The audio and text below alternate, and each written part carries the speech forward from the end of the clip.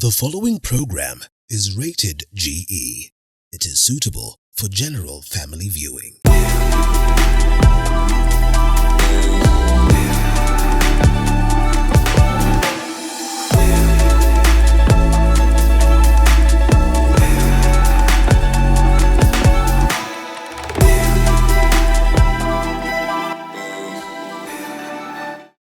This week on Tech 47, we talk about tech in transport. We talk about cars. Hi, how are you? I'm good, how are you? I'm good. Tell us who you are and what you do here. My name is Mobutu. I'm a technician at services. I deal with Audi and VW. Watu wengi wako na magari. Many people drive, but they only know, may I sit down, ignite and leave, yeah? But take me through that process from... Okay. Now, when you get into the car, you put the ignition into on position. Now, it's like you're switching on the control unit and it's like telling you guy, get ready. Now, when you put into the ignition, you wake up the ECU, you wake up the transmission control unit, and at what position is the gear lever in, because that car can never start when you're in reverse or when you're in drive. It can only start when you're in parking and neutral. Yeah.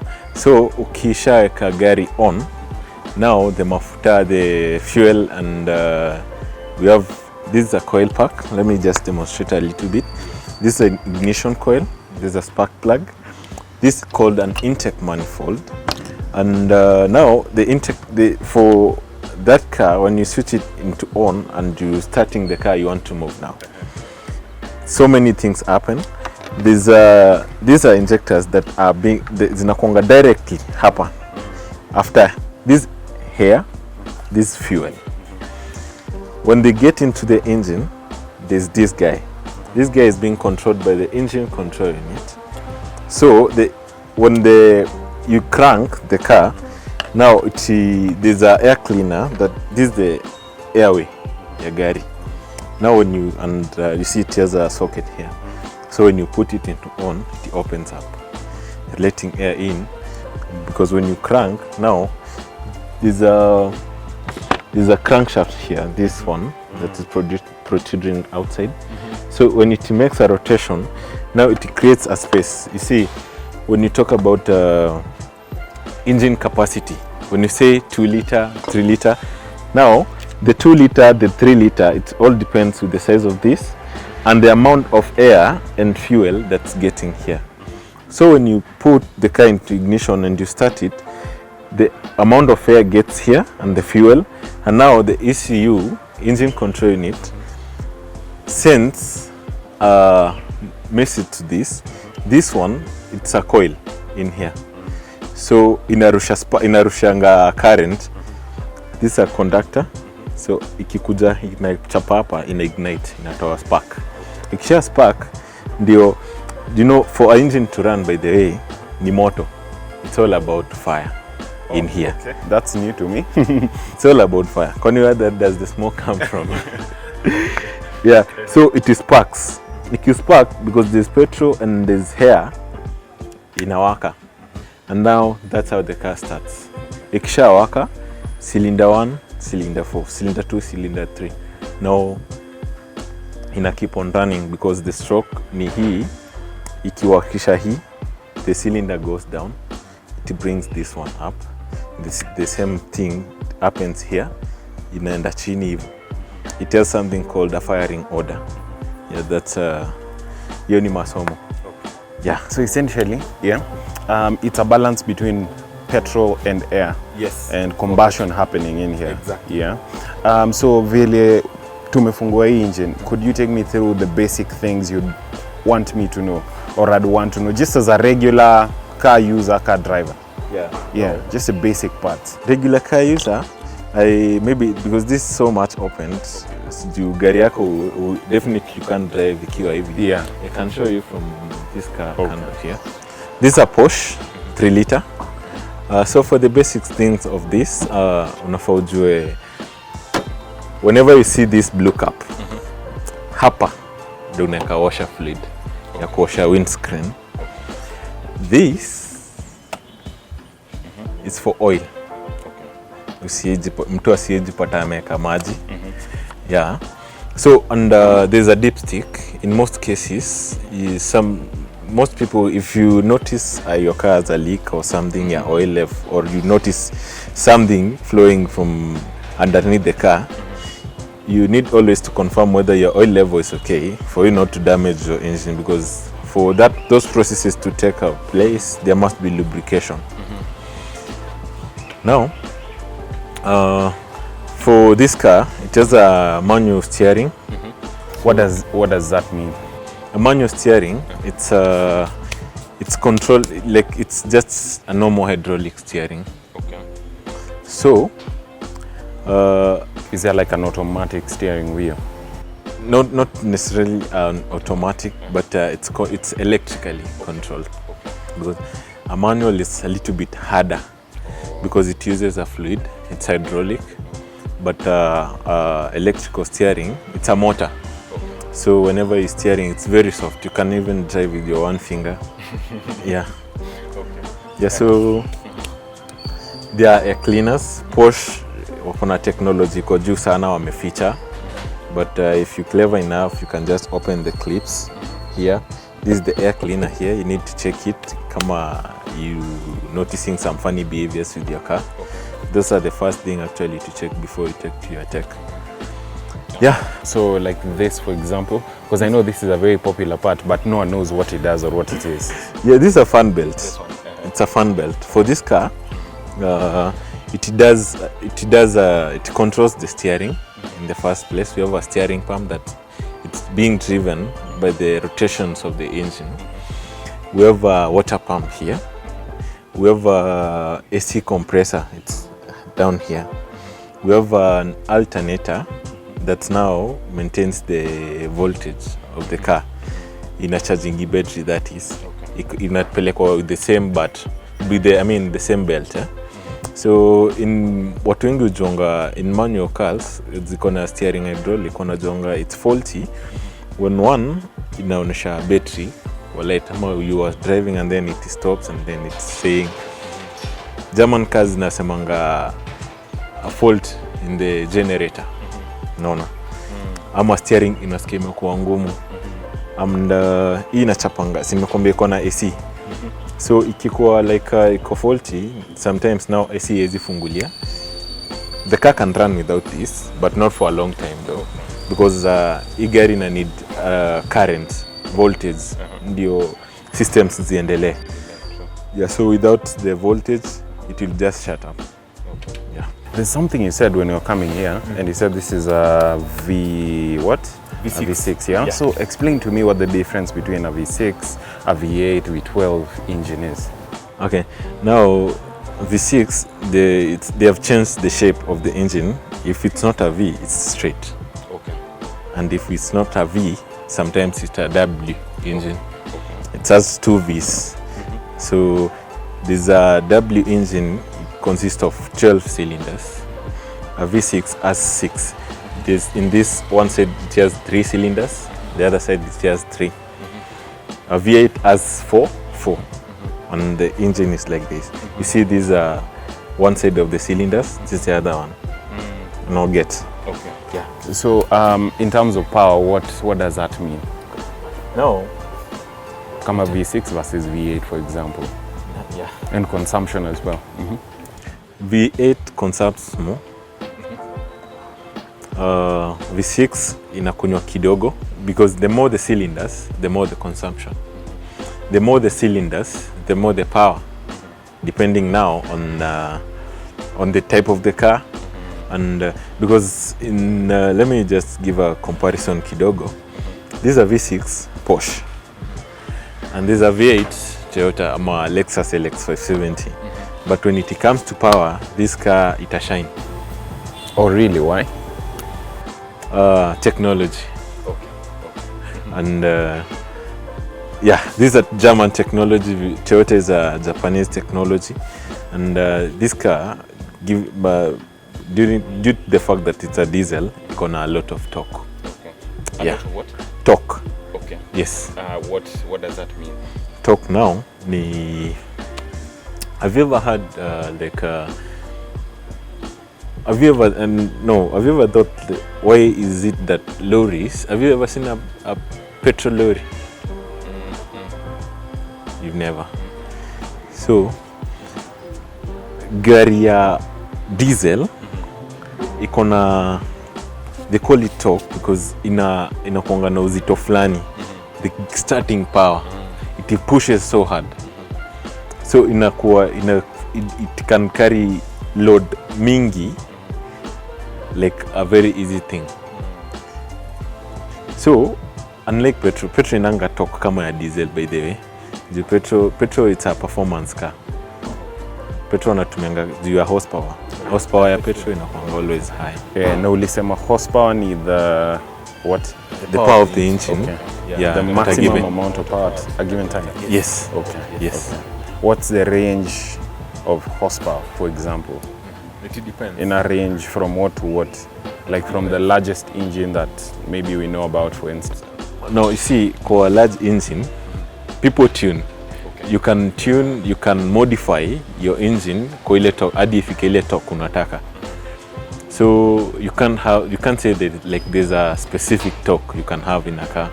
You can still modify it. Oh, and do you people do tuning here? No, we don't do tuning. Actually, in most cases we work with standard vehicles. Standard means like haijafanyiwa any modification in terms of tuning or something. Yeah. Okay. So. Now, we are in a very interesting time in the country where we are having the fuel crisis. In fact, ukitoka hapa nje utapata magari zimepanga laini, yeah? What are some tips that you could give our viewers, for example, for them to save as much fuel as they can? One, you should know, at idling, gari huwa inakunywa mafuta mingi. So, if your car, there's a system iko kwa gari, nowadays it will start and stop. If your car is not running, like it doesn't have a start and stop system, when you traffic, najua sometimes inabo kushinda ukigurumisha gari, but zima tu. Zima gari kama imeshika sana, because at idling that car will consume a lot of fuel. Unaweza jua ni kweli the amount of hii gari kikuwa full tank and then you start it idle, hiyo mafuta itakaa sana kuliko gari hii iko full tank na ina cruise kwenda tuseme Kisumu, ita consume less. So at idling gari inakunywanga mafuta. That's actually what people should know. Okay. At idling inakunywa a lot of fuel. So if it doesn't have start and stop, zima gari. If it has it and it's faulty, later ni kusort. Okay. What's something else someone else, like other people could do as well? Something to do with the AC, for example, no? Yeah, does the AC usually affect? When you activate the AC, the engine loads. Okay. The engine loads now. Inakuwa like, hata unasikianga the idling speed ina change na inapanda juu kidogo. So unasikia like it's like you've engaged a gear. So it's inaguruma na nguvu. That means definitely it's consuming a little more. Yeah. Okay. Let's talk about open windows when driving.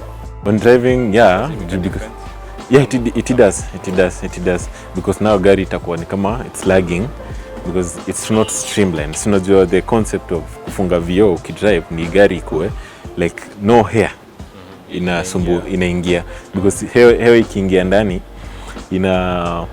inafanya hiyo gari inakuwa ni kama ina pull na nguvu, so it means engine inakunywa sana pia, and pia it's not safe when you're speeding because it can roll away. Yeah. Okay. How about the weight of the car? Like say for example kuna bebanga vitu ama wase, does it affect the consumption, for instance? Because I've had that before. It does, by the way. It does. Does it make a huge difference? No, not necessarily huge difference, but gari it's light. Ikienda peke yake. Now, when you increase weight in the car, it means now imekuwa na weight more than the car, so it will have to increase power. Ya kuvuta power ni nini? Engine. Yeah.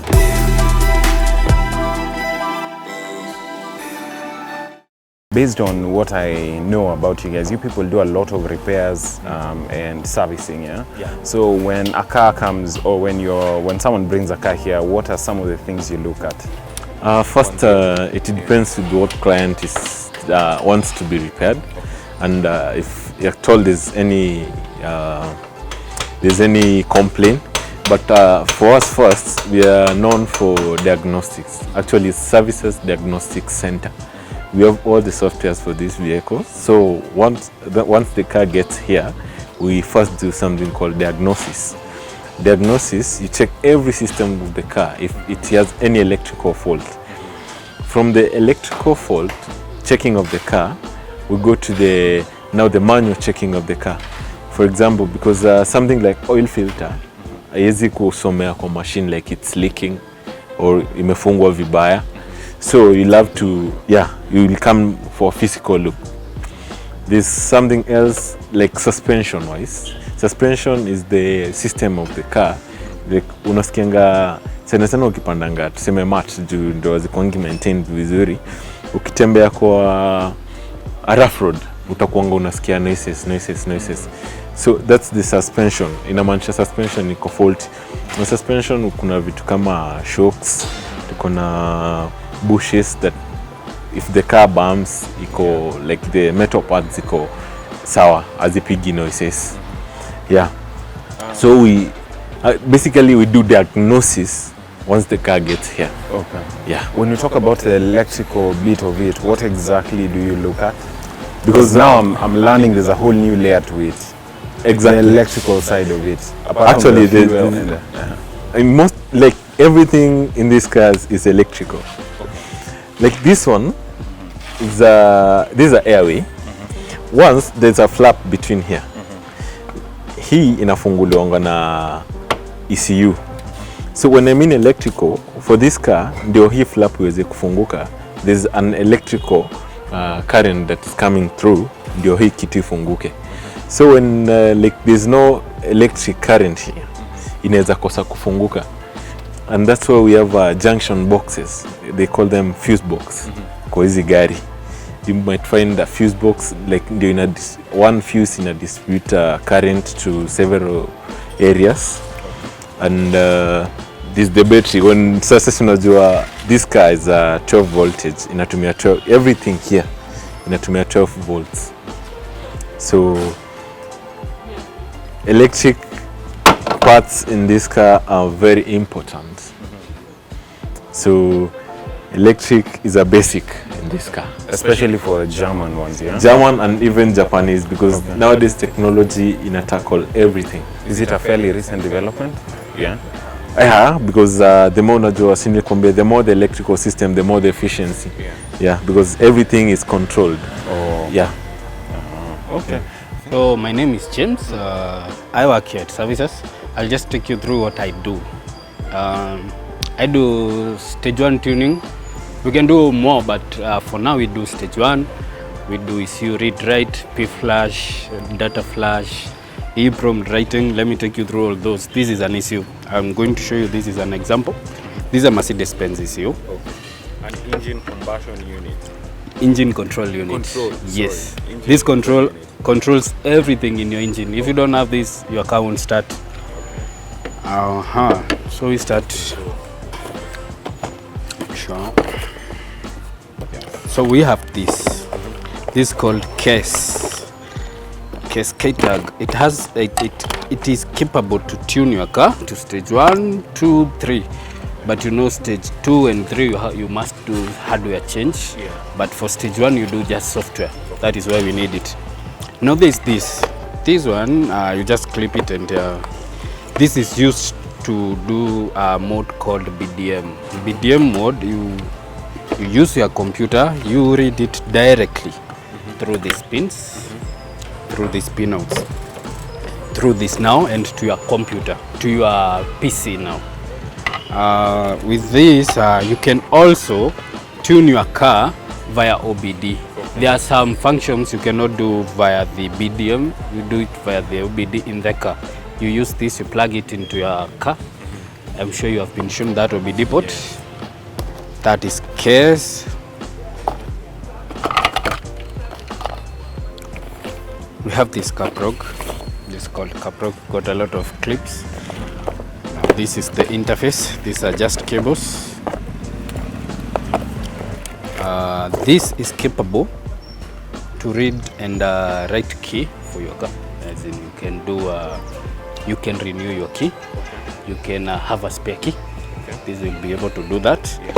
You can again change, like, let me show you. You can use the OBD port in the car with this to have your data stored somewhere. In such a case, you want to like, you have another car, you want to compare those two cars and how they can perform. I'm sure you have seen that, like drag race. It is done like this drag race. You use this and you use another car. You compare the data. If you want to add more power to the other car via software, you do with this, and you can write keys with this. Got pretty much functions. We have another one called KTag. Now this is the master version.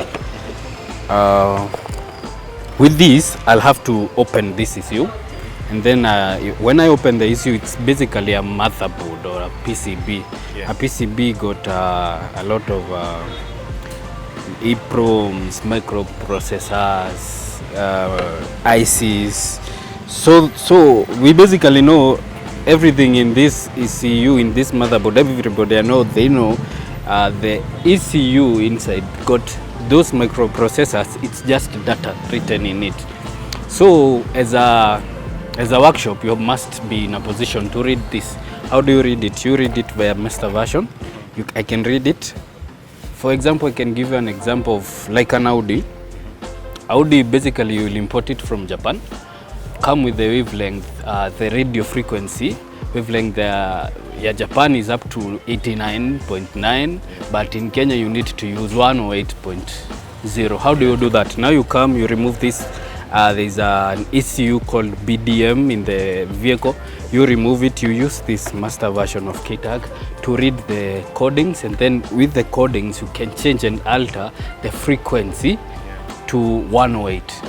Yeah, the frequency range. The frequency range to 108, which you use it here locally.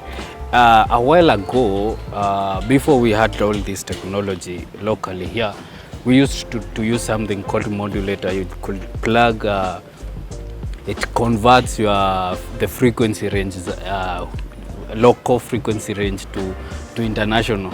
But instead of doing that, it's much more of it's modification, I'd call it. But with these interfaces, you are able to read directly what the manufacturer has done, and you are able to get data. Obviously, when you do this, we have an account with the manufacturer. There's different data for different vehicles, so you get the data from them, and then you load it here through these interfaces. Yes. Yeah, and that's it. Now this is what you use to tune a car. Something called poops and bangs. You can use it in stage 1, adding horsepower, torque. If you want to do stage 2, 3, at that point you will have to replace some hardware. But stage 1 is basically software and tuning it via the computer. Yes. Okay. Yeah, that sounds like something very interesting. I actually didn't know that. Yeah. Maybe in like 1 year or so, you will find us with the hardware to do stage 2, 3. But for now, we do stage 1. After a while, maybe you will come another time. We'll show you the bench itself, because right now it's doing a lot of codings and we cannot use it for now. Yeah. Thank you. Karibu. Right. My name is Marietta. I'm a partner at Services Limited. We are a service advisor. We deal with Porsche, Audi, VW, BMW, Mercedes. We decided to deal with these brands because specialization brings about some in-depth understanding and knowledge, and we felt like there's a gap in that market. And as you can see, that's what we're doing right now. You can reach us on Instagram, we're on social handles, Services Limited, Facebook, Services Limited. You can call us on 0723 964048. We can be able to assist you on all your car needs. We are at Parklands, Ojijo Road, Ojijo Close. That's where we're located. Thank you so much for tuning in to Tech 47. Right here, where keeping up with tech is made simple. I am David Ochola. We'll be sure to see you next week, same time, same place, right here on Tech 47. Be sure to visit services as well. Especially if you have a German machine, you'll find some good servicing, and that's not something that you should take for granted. See you next week, same time, same place.